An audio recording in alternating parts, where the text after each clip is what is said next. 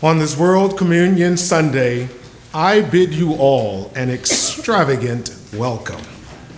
Welcome you men and women. Welcome you boys and girls. Welcome you babies who cry when we want you to be quiet. Welcome you teenagers who demand different answers when we want you to accept the answers we spoon feed you. Welcome you who are gay, lesbian, searching, unsure, and celibate. Welcome you who are employed, retired, unemployed, starting a career, ending a career. Welcome you who've been despised, rejected, or still seeking to be accepted. Welcome you Republicans and you Democrats, you liberals and conservatives, and those of you who say no such labels. Welcome you peacemakers, you troublemakers, and all of you heartbreakers. Welcome, you who are strong and stable, you who are fit or differently abled, and welcome all of you who care for those unable to care for themselves.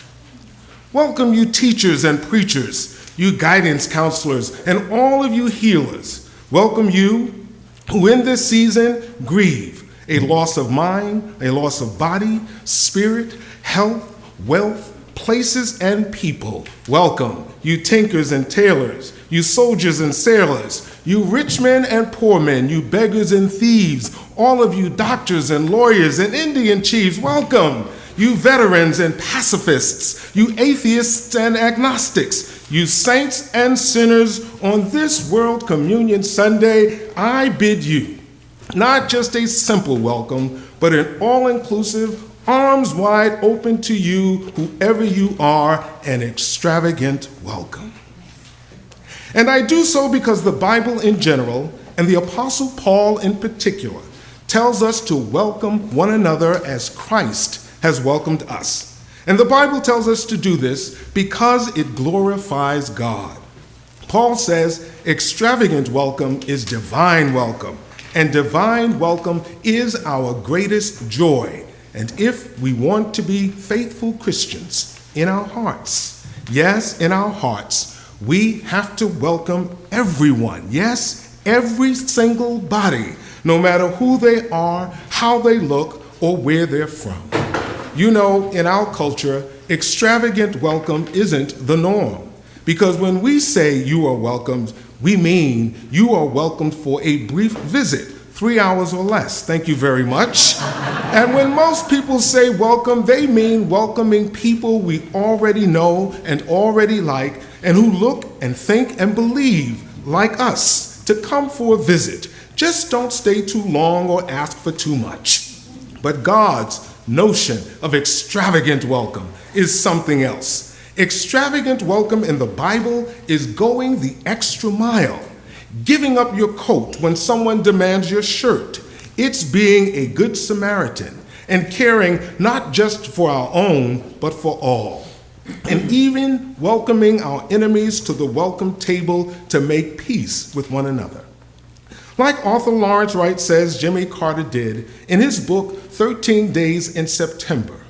Wright says more than anything else, what Jimmy Carter did was to welcome two ancient enemies, Menachem Begin of Israel and Anwar Sadat of Egypt, to Camp David, and he challenged them to sit together and agree to make peace. And they did, in the historic agreement we now know as the Camp David Peace Accords.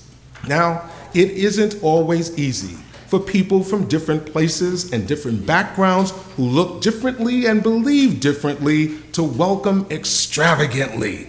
And so the question we have to ask ourselves is, how did Jesus welcome people? Well, we know Jesus didn't turn away foreigners, lepers, women, deemed untouchable, and powerless children. We know that Jesus ate with what some called unsavory and questionable characters, tax collectors, prostitutes, and the garden variety of sinners. We know Jesus embraced traitors and embezzlers. In fact, it seems the only people Jesus did not welcome were those who oppressed the poor and vulnerable.